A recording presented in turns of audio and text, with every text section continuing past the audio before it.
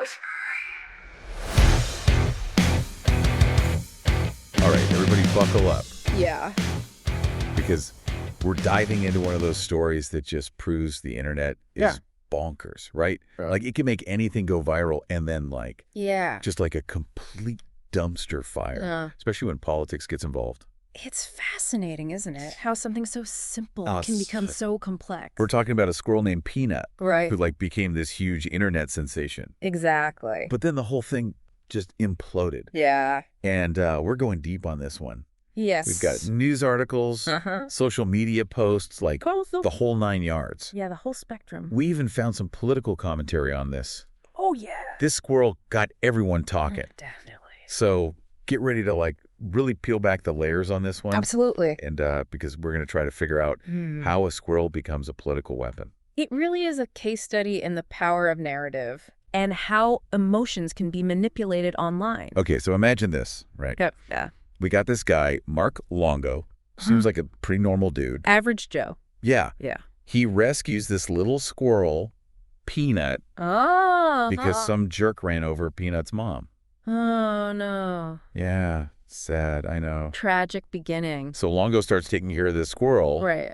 And then, get this, Yeah. Peanut becomes an Instagram star. Really? Yeah, like rocking tiny hats, eating waffles. Oh, that's adorable. It's the cutest darn thing. I can see why it went viral. Oh, totally. It's pure internet gold. It's important to remember, though, Yeah. New York has laws about keeping wild animals. Uh-huh.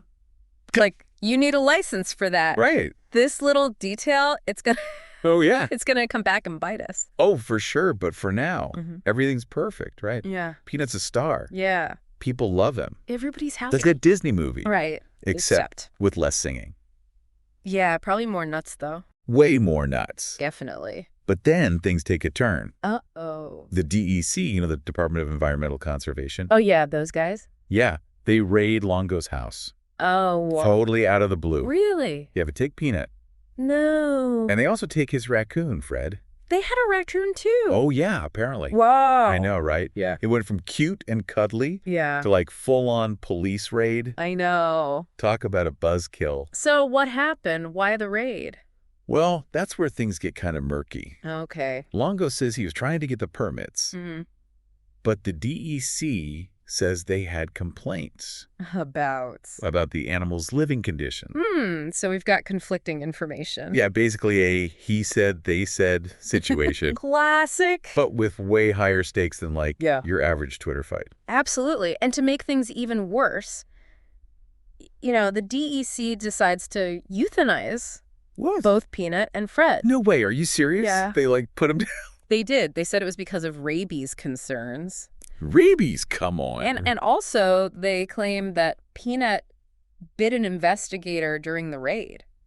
Wait, they killed Peanut because he nibbled on some dude's finger. Come on. Apparently. I know it sounds extreme. Longo's like, no way Peanut ever bit anyone. Yeah, he was pretty adamant about that. Right.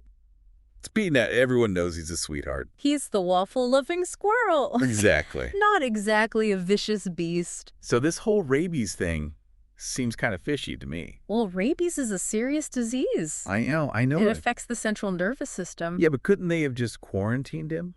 Well, I mean... For a little bit, just be safe.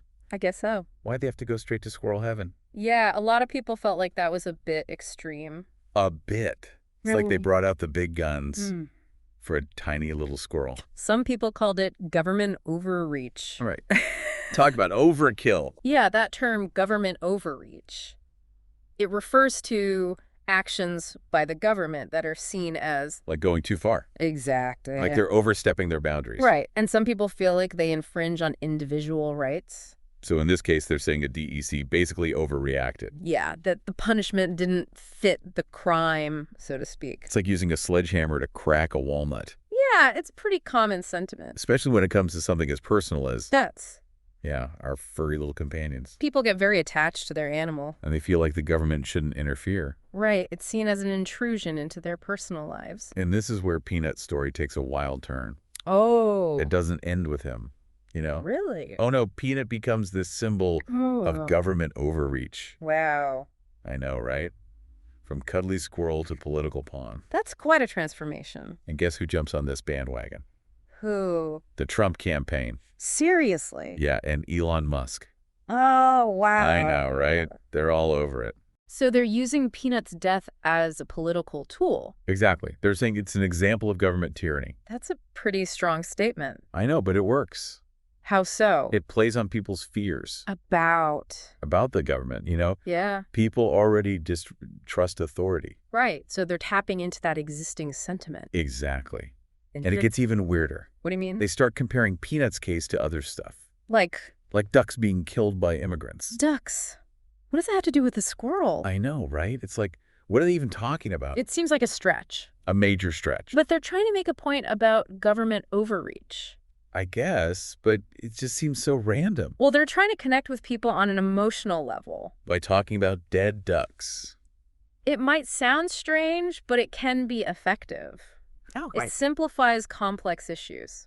Yeah, but it also feels manipulative. Definitely. It's a way to evoke strong emotions. Without actually addressing the real issues. Right. It's about creating a narrative. A narrative that makes people angry. And afraid. Yeah, and more likely to vote a certain way. Exactly. It's like they're trying to hijack our brains with these stories. Right.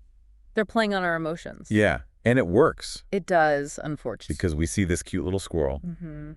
And we automatically feel bad for him. Yeah, it's natural to empathize. But we gotta be careful.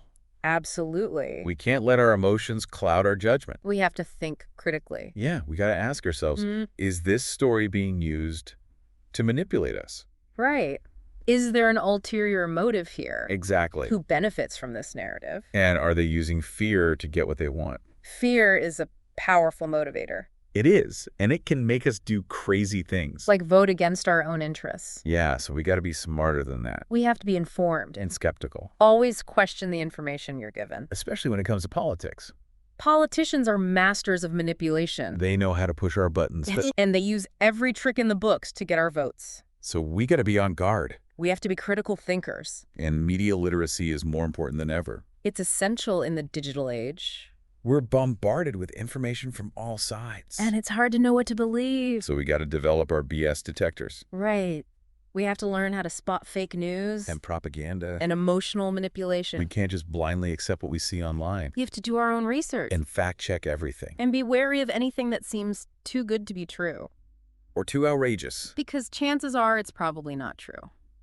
So what's the takeaway from all this? I think it's about being aware of the power of narrative. Yeah. And how it can be used to influence us. Especially when it comes to emotional topics like animals. Because we care about animals. We do, and politicians know that. So they use that to their advantage. They exploit our emotions to get our votes. And we have to be aware of that. We can't let them play us. We have to be critical thinkers and informed citizens. And we have to demand better from our leaders. That's a wrap on this episode of The Deep Dive. Thanks for listening, everyone. Remember, stay informed, stay engaged, and stay squirrely. And don't let anyone tell you what to think. We'll see you next time for another deep dive into the weird and wild world of the internet. Overreach.